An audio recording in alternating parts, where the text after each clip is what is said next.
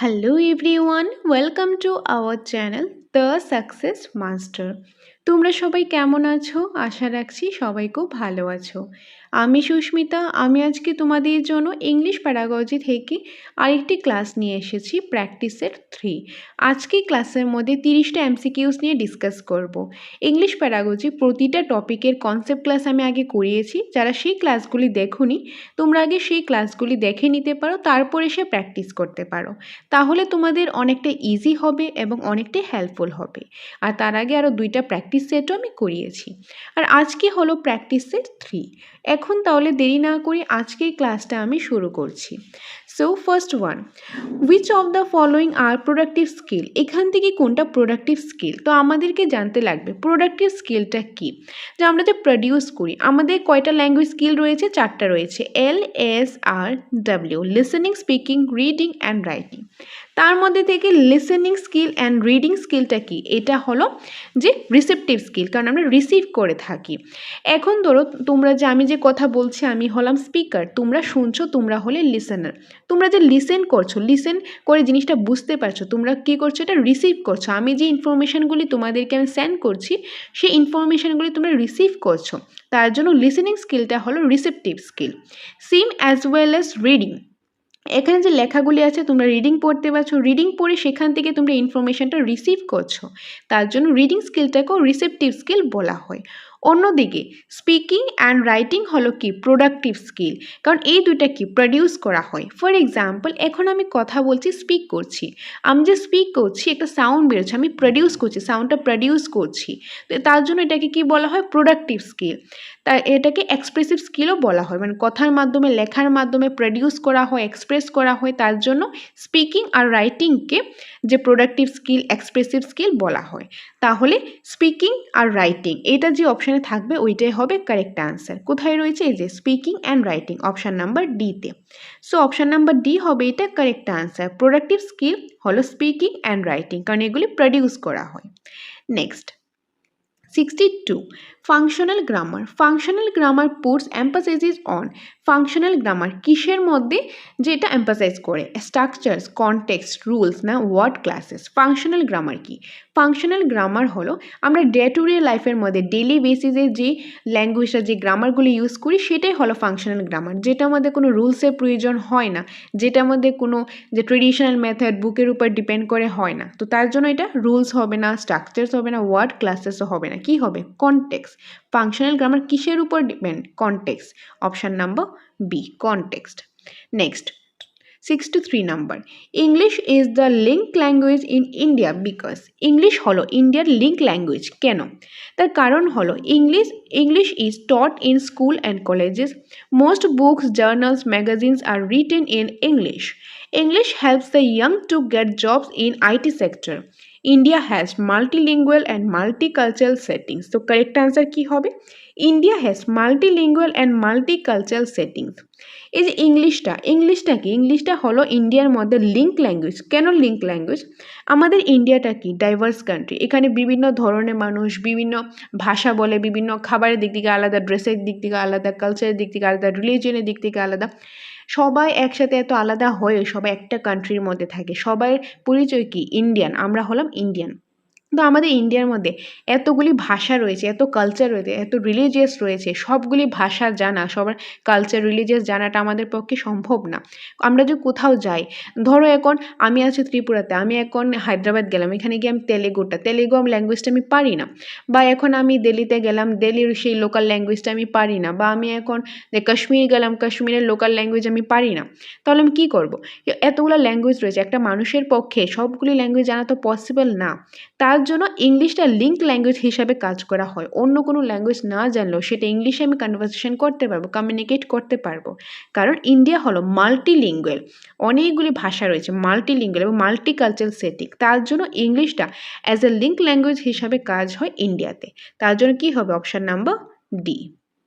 Next, 64.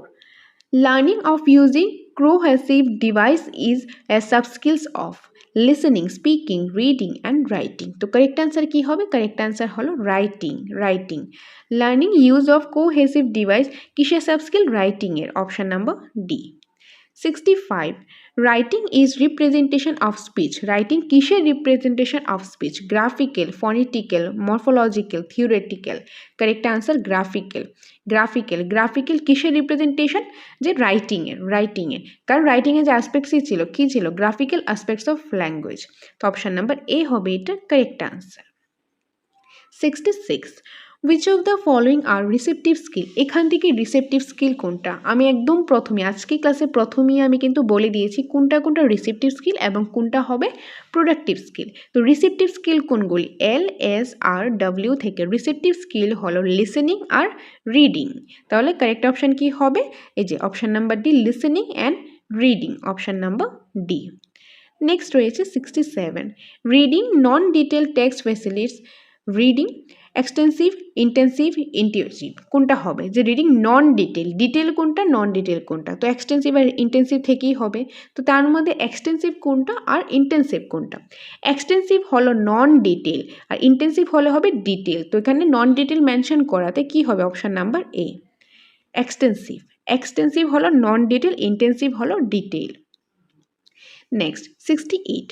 Teaching of English in India as a second language has been very important and inevitable since.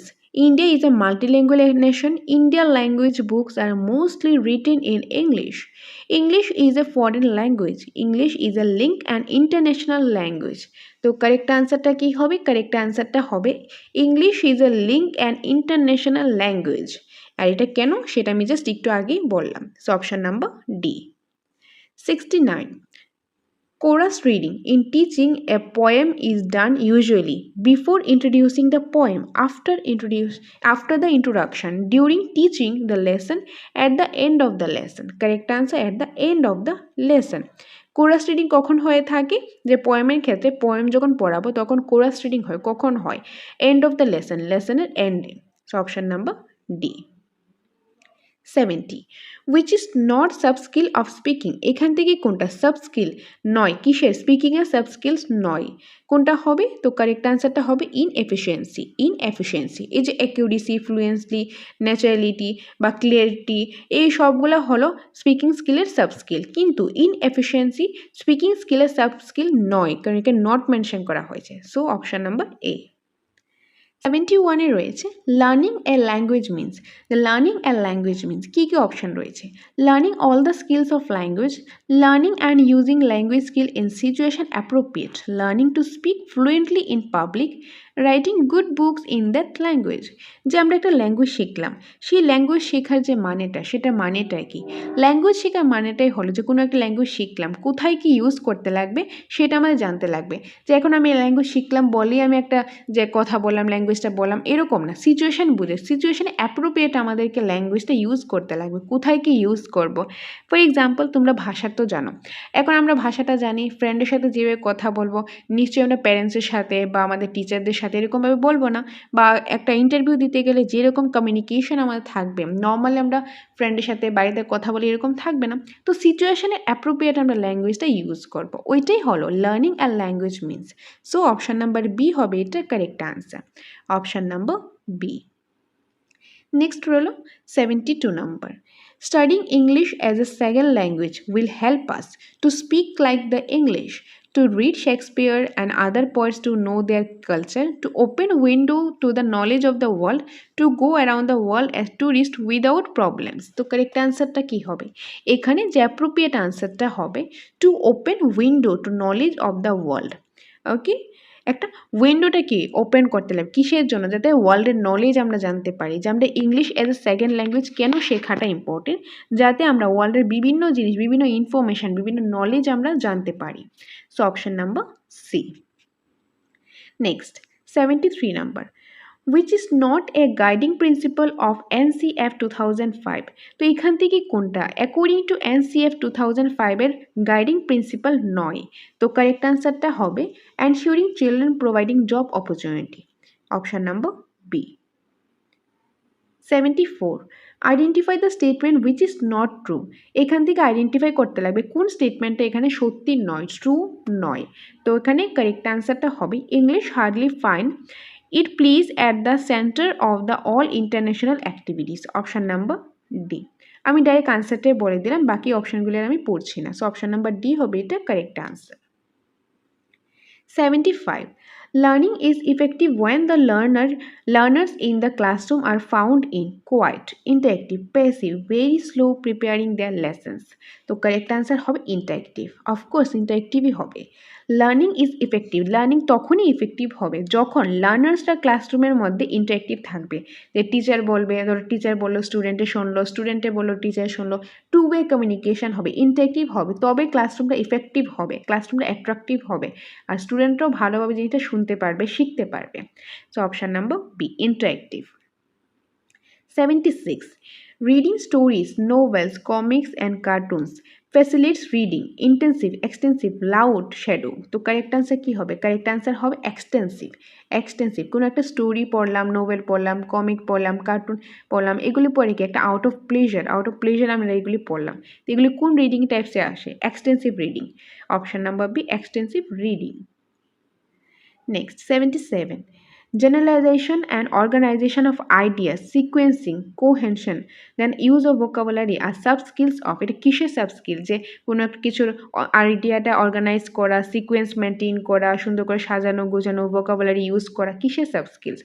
Reading, writing, speaking, listening. Correct answer কী হবে? Correct answer writing. Writing, option number B writing. রাইটিংয়ের ক্ষেত্রে আমাদের কি এই যে brainstorm করতে লাগে, একটা রাইটিংয়ের প্রসেস ছিল, সেটার মধ্যে আমি ডিসকাস করেছিলাম কনসেপ্ট ক্লাসে, যে আমরা কোনো একটা ব্রেনস্টর্ম করলাম, কোনো একটা কিছু আইডিয়া নিলাম, সেটাকে অর্গানাইজ করলাম, সিকোয়েন্সে সাজালাম সেটাকে, তারপর এটাকে যে এডিট করলাম, ড্রাফট করলাম, অনেক কিছু রয়েছে, তারপর যেরকম রিভাইজ করলাম, ফাইনালেও করলাম, এখান থেকে অনেকগুলো ভোকাবুলারি আমরা জানতে পারলাম, ভোকাবুলারি ইউজ করলাম। এই সবগুলি কিসের সাবস্কিল? রাইটিংয়ের। লিখতে গেলে এই সবগুলি আমাদের প্রয়োজন। সো অপশান নাম্বার বি হবে এটা correct answer. Next, 78. Which of the following comes under the sub-skills of reading? এখান থেকে কোনটা রিডিং এর সাবস্কিল? Guessing the meaning of difficult words, using punctuation marks in a paragraph, organizing ideas in a text, reading and editing a text. তো correct answer কি? Correct answer হবে guessing the meaning of difficult words. কি reading পড়তে গেলে যে আমরা reading পড়লাম, সবগুলি ওয়ার্ডের মিনিং আমরা নাও জানতে পারি, এরকম অনেক মিনিং রয়েছে আমরা জানি না, রিডিং পড়তে গেলে অনেক মিনিং জানি না, তো সেটা বাকি সেন্টেন্সের মিনিংটা বুঝে কোনো ওয়ার্ড আমরা অনেক সময় সেটা কি গ্যাস করি, এটার মিনিংটা কী হতে পারে, তো গ্যাস করি এটা কিসের সাবস্কিল? এটা রিডিংয়ের সাবস্কিল। তো option number A. Next, 79. Rhymes action songs in English are used for the beginners to develop their listening and speaking, listening and reading, speaking and reading, reading and writing. তো correct answer listening and speaking, listening and speaking. Option number A listening and speaking. এই যে rhymes বা action সংস রয়েছে ইংলিশের মধ্যে, এগুলি যদি বিগিনার্সদের কিসের মধ্যে হেল্প করে, এগুলি যদি আমরা শুনি তাহলে লিসেনিং স্কিল ডেভেলপ হবে, তারপরে এগুলি যদি আমরা শুনে আমরা বলি তাহলে কি হবে? স্পিকিং স্কিলটা ডেভেলপ হবে। তো এগুলি বিগিনার্সদের লিসেনিং আর স্পিকিং স্কিলটা ডেভেলপ করে থাকে, রাইমস, অ্যাকশন সংস এগুলি। সো অপশান নাম্বার এ হবে এটার correct answer. Next, 80. Collection and organization of ideas, sequencing, use of vocabulary are sub-skills of writing. এটা জাস্ট একটু আগেই দেখেছিলাম। So option number D. 81. English is considered to be a global language because it is used in most of the countries in the world, in the international marketing and advertising, in the international conference and organization, all of this. Correct answer কি হবে? Correct answer হবে all of this. Option number D, all of this. 82. Our constitution recommends English as a compulsory subject in education, a language of admission, a associated official language, a lingua franca. তো correct answer হবে an association official language. Option number C. 83. Formative assessment does not help in, যে formative assessment কিসের মধ্যে আমাদের help করে না। তো অপশনগুলি আমরা দেখিনি। Identifying the learner's weakness in learning, providing opportunity to the learners to improve their work after getting feedback, enable teachers to modify teaching learning strategies, enable learners to score good marks. তো এখান থেকে যেহেতু not বলা হয়েছে তার জন্য correct আনসারটা কি হবে? enable learners secure good marks. Option number D. 84. The detailed and careful technique of reading a text is known as, skimming, scanning, intensive reading, extensive reading. তো কারেক্ট আনসার কি? কারেক্ট আনসার হবে intensive reading. Intensive reading, option number C, intensive reading. যে detail বা খুব ডিটেলে কেয়ারফুলভাবে যে টেকনিকটা use করা হয়েছে রিডিংয়ের মধ্যে, সেটা ইন্টেন্সিভ রিডিং। এখন যদি অপশানে ইন্টেন্সিভ রিডিং না থাকতো, তখন আমরা কিসে প্রায়োরিটি দিতাম? তখন আমরা স্ক্যানিংয়ের ক্ষেত্রে প্রায়োরিটি দিতাম। যদি ইন্টেন্সিভ রিডিং থাকে তাহলে তোমরা ইন্টেন্সিভ রিডিংটাই আনসার করবে। যদি এটা অপশানে না থাকে তখন আমরা স্ক্যানিংকে প্রায়োরিটি দেব। Okay, next 85, learning English in India important because. ইন্ডিয়ার মধ্যে ইংলিশটা লার্ন করা ইম্পর্টেন্ট, তার কারণ হলো it is taught in all English medium schools, it is language of our powerful colonizers, it is a foreign language, it is a linked language in multilingual country. Correct answer option number D. It is a linked language in multilingual country. Option number D. এটা just একটু আগে আমি explain করেছি। Next 86, continuous comprehensive evaluation অর্থাৎ CCE emphasizes product evaluation, process evaluation, term and evaluation summative. তো correct answer কি হবে? Correct আনসারটা এখানে হবে option number B, process evaluation. Process evaluation, কারণ কন্টিনিউয়াস কম্প্রিহেন্সিভ ইভ্যালুয়েশন এটা অনগোয়িং প্রসেস, এটা সবসময় চলতে থাকে, কন্টিনিউ চলতে থাকে। তো এটা process evaluation, process. So option number B. 87, when a part of the word is spoken empathetically, it is called pause, intonation, stress, pronunciation. এই যে ফনোলজি চ্যাপ্টারের মধ্যেই ছিল, কারেক্ট আনসার হবে stress. When a part of word is spoken empathetically, it is called stress. Option number C, stress. 88, when in a specific situation rules are applied, we call the method deductive, incidental, inductive, correlative. তো specific সিচুয়েশনের মধ্যে রুলসটা apply করা হয়, সেই মেথডটাকে কি বলা হয়? সেই মেথডটাকে বলা হয় ডিডাকটিভ মেথড। কি বলা হয়? Deductive method. Option number A, deductive method, যেটার মধ্যে কি রুলস আগে আসবে তারপর example. Next 89, there should be a word bank in every primary school because it helps build up conception, vocabulary, writing skill, reading readiness. তো correct answer কি হবে? Correct আনসারটা হবে vocabulary, vocabulary। ওয়ার্ড ব্যাংক, যে word bank থেকে তো আমরা obviously যে প্রাইমারি স্কুলের মধ্যে যদি থাকে সেগুলি কিসে হেল্প করবে? vocabularyতে হেল্প করবে। Option number B. Listening to and understanding radio news comes under which of these learning types? Listening, writing, reading and speaking. যে রেডিও নিউজটা আন্ডারস্ট্যান্ড করা কোন টাইপসের মধ্যে আসে? তো correct answer listening, listening. Option number এ, লিসেনিং। কারণ দেখুন, যদি রেডিও নিউজ থাকে, ধরো রেডিও থেকে কোনো একটা নিউজ তোমরা শুনলে, কোনো একটা ইনফরমেশান তোমরা পেলে, তাহলে কীভাবে শুনবে? কীভাবে জিনিসটা বুঝবে? তোমরা তো শুনবে, শুনে জিনিসটা আন্ডারস্ট্যান্ড করবে। তাহলে কোন টাইপসটা এখানে দরকার হচ্ছে? লিসেনিং। তো এখানে কি হবে? অপশান নাম্বার এ, লিসেনিং। সো এই ছিল আজকের ক্লাসে 30 ইম্পর্ট্যান্ট এমসিকিউস। ওকে, মিক্সড এমসিকিউস। আর আজকে যেহেতু প্র্যাকটিস সেট ফ্রি ছিল, তার জন্য 61 থেকে আমরা 90 পর্যন্ত ডিসকাস করলাম। তার আগে আমি কনসেপ্ট ক্লাসও করিয়েছি, প্র্যাকটিস সেটও আমি 2টা করিয়েছি। আজকে ছিল প্র্যাকটিস সেট 3। তো এরকম করে আরও অনেকগুলি প্র্যাকটিস সেট আমি নিয়ে আসবো। তোমরা জাস্ট একটু ধৈর্য সহকারে দ্য সাকসেস মাস্টারের সাথে থাকো। ওকে, আর তোমাদের যদি নোটসের প্রয়োজন হয়, আপডেটেড নোটস, যাদের নোটসের প্রয়োজন হয়, তোমরা আমাদের সাথে যোগাযোগ করতে পারো এই নম্বরে।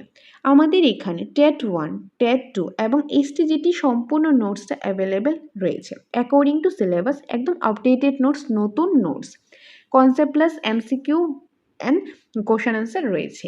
তো তোমাদের যদি এই নোটসগুলি প্রয়োজন হয়, আমাদের সাথে যোগাযোগ করে এসে নোটসগুলি দেখে ভালো লাগলে, অ্যাপ্রোপ্রিয়েট মনে হলে নিতে পারো। এবং নোটের সাথে তোমরা স্পেশাল অনলাইন মক টেস্ট দেওয়ারও সুযোগ পেয়ে যাবে। আর যদি চাও তোমরা ক্লাস করতে, ক্লাসও করতে পারো। তোমাদের যেটা নিডস সেটা তোমরা নিতে পারো। ক্লাস করতে চাও, মক টেস্ট দিতে চাও, মেটেরিয়ালস নিতে চাও, যেটাই নিতে চাও না কেন, এই নম্বরে ফোন করে বিস্তারিত জেনে নিতে পারো। এটাই তোমাদের সাথে শেয়ার করার ছিল। আশা করি ক্লাসটাও ভালো লেগেছে। সকলকে অসংখ্য ধন্যবাদ পাশে থাকার জন্য। তোমরা পাশে আছো বলেই তোমাদের জন্য আমরা প্রতিনিয়ত ক্লাস নিয়ে আসতে পারি। এভাবেই তোমরা পাশে থাকো, সাথে থাকো। দেখা হবে পরবর্তী একটা ক্লাসে। Thanks for watching.